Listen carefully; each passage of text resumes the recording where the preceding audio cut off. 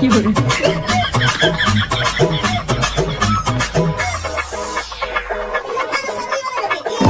আমাকে একটা কথা বলো, এরা যদি হ্যান্ডসাম আর সুন্দর হয় তাহলে আমাদের ইন্ডিয়ার ছেলেরা কি? আমাদের ইন্ডিয়ান কিছু ছাপড়িরা এদেরকে দেখে ক্রাশ খেয়েছে। ভাই, আগে তো জানতাম যে ছেলেরা লুচ্ছা হয়, এখন তো দেখছি মেয়েরাই বেশি। তো গাইস, ভিডিওটা প্রথমে দেখে তোমরা বুঝে গেছো যে কি টপিক নিয়ে কথা বলতে চলেছি। তো ভিডিও শুরু করার আগে একটা কথা বলি, ভালোবাসা ড্যাসের বাল খেটে খেতে হবে চিরকাল।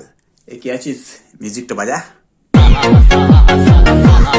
কলকাতা ইন্টারন্যাশনাল মেগা ট্রেড ফায়ারকে কেন্দ্র করে গত কয়েকদিন ধরে সোশ্যাল মিডিয়ায় যা দেখছি তা দেখে চুপ থাকা দায়।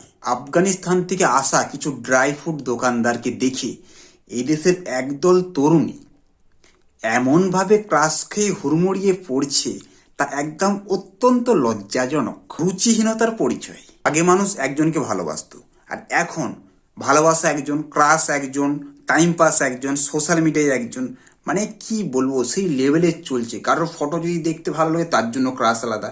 ভাই, তাহলে ভালোবাসা মানুষটার সাথে ভালোবাসা ভালোবাসা খেলা খেলা হচ্ছে, তাই না? হ্যাঁ, আমি একটা জিনিস খুঁজে পাচ্ছি না, মানে মানে ফটো তোলার জন্য, সেলফি তোলার জন্য, মানে ভাইরাল হওয়ার জন্য, মানে নিজেরা, মানে কিছু কিছু মেয়েদেরকে দেখছি যে ভাই কেন, মানে একটা বিদেশির সামনে গিয়ে কেন এত মেলামেশা, এত কেন হলার। এখন হয়তো বলতে পারি তোমার ব্যক্তিগত ব্যাপার, কিন্তু না, সেটা বলছি না, সেটা অবশ্যই তোমার ব্যক্তিগত ব্যাপার, কিন্তু একবার কি ভেবে দেখেছো যে তুমি কতটা নিচে নেমে যাচ্ছ?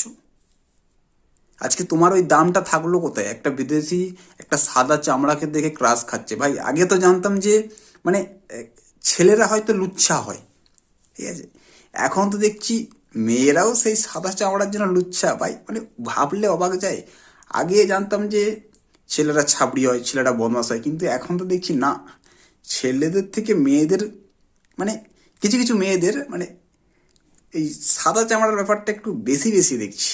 আচ্ছা, আমাকে একটা কথা বলো, এরা যদি হ্যান্ডসাম আর সুন্দর হয় তাহলে আমাদের ইন্ডিয়ার ছেলেরা কি?